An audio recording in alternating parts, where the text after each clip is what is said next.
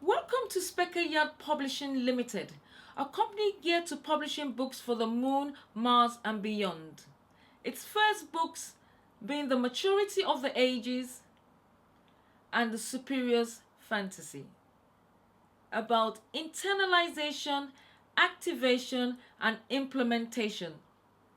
30th of May 2016, Mars comes closest to Earth. The last time was 11 years ago, and the next time is 2018. Big shots, ladies and gentlemen, youths of the future. Everything must change. The world must change. The high intelligent beings have spoken. Nothing is by chance. Imagination is all. Can you feel the divine of our style and movement? In Lake Victoria, I am Victoria.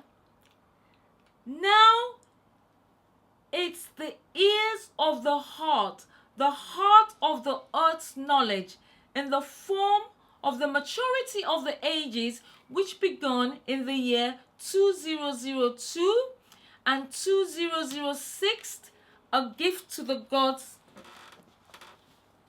in Egypt.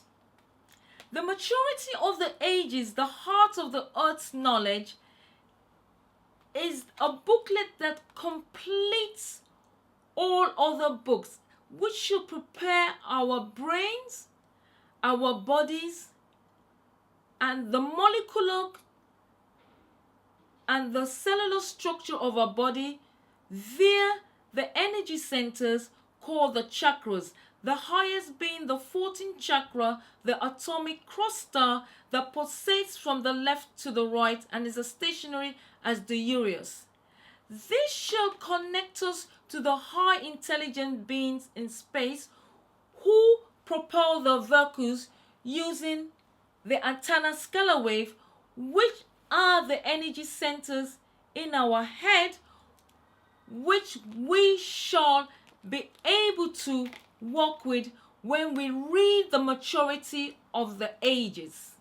The maturity of the ages gives a solid understanding of what happened to the solar system, which occurred in 1996 when we entered the photon belt, which affected everybody on an individual and a global level.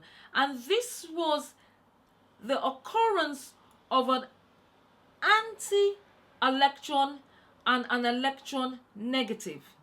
As we move upwards into the higher realm that is so needed right now, we shall discover that the high intelligent beings are urging us to make this ascension. And the proof of this is in the Almanac that I have been documenting from the 1st of April 1999 in the constellation of Andromeda M31 galaxy. This Almanac covers what's going on the moon, the earth, Mars, and Venus, and Mercury, authenticating that this knowledge can be continued on the moon. As the 1st of April 2012, it was also the same constellation, Andromeda M31. The reasons why 2016 is the ultimate year for the preparation to return back to the moon is the proof of the Almanac, which began the 1st of April 1999 in the Andromeda galaxy M31, when Jupiter was stationary with the Sun and Mercury in alignment with Juno. On the 14th of June 2011, I saw all the gods in the sky, and I knew that Mercury began his communication to the knowers of earth on the 15th of June 2011. Amazingly, the 14th of June 2011, 5 years later, I realized that this is Donald Trump's birthday. He is thus back as Lucifer, and he is here as the red monkey to put the fire up the world's energy centers. Hence, everything must change.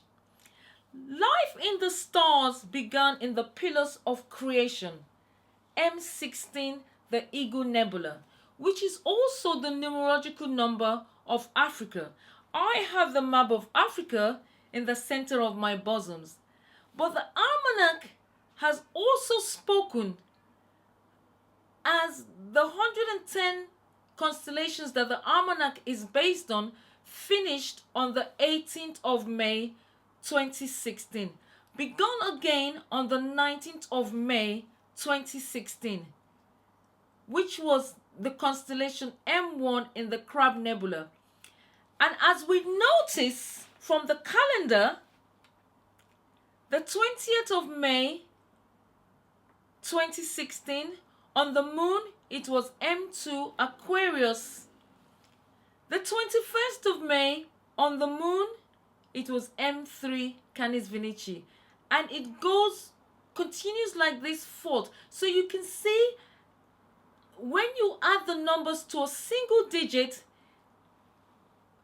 it's in complete correlation of what's going on the earth and on the moon, which authenticates this calendar can be continued on the moon without a shadow of doubt.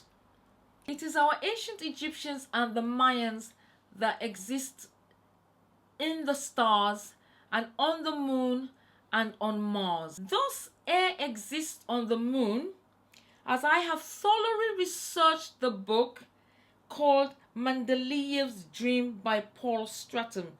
Certain oils and perfumes have air vapors. Air used to be referred as spirit. As there is water on the moon, it has to be played by air. And there is the authentic proof that the L cross that landed on Can Be Us found water. And it's amazing that another aspect of we being able to go back to the moon and why it's important in 2016 is the high intelligent beings need their toys such as elephant, the condor bird, and the owl. And these animals give out carbon dioxide, which is also known as fixed air. So they should contribute to giving air on the moon. Also, I produce 100% essential oils which contain air vapors, and this can also be introduced onto the moon. There is also a vehicle, the Orion Multipurpose Crew Vehicle, which NASA has built and which can occupy up to 4 to 6 astronauts. There is enough money to go back to the moon, as there exist 1,426 billionaires on Earth. These billionaires are ready, but most importantly for them is they want the right knowledge and the right information to be able to put this together. And without a shadow of doubt, this booklet, The Maturity of the Ages, when read, internalized, activated, and implemented, we shall be able to make the journey back to the moon, and the gods shall open the doors. But most importantly is that it's got to be people of love who are allowed to go back to the moon. As we know what happened when they went to Everest everybody rushed in. So the high intelligent beings do not want to be conquered, but they want it to be a righteous journey in order not to create World War III. We have all come of age, and it is a known fact that when anyone looks up to the skies, they only see beauty. A solar eclipse or sunset, there is only beauty. There exists no ugliness when people look up to the skies. So, as the moons exist in the heavens, it is a highly imperative journey and aspect that it is people have beauty in their brains who shall be allowed to go back to the moon. 12 people have already landed on the moon. Now it is time of the feminine, with the moon now representing beauty. It is for this reason that only a woman can make the journey back possible and bring out the high intelligent beings, as she knows their requirements.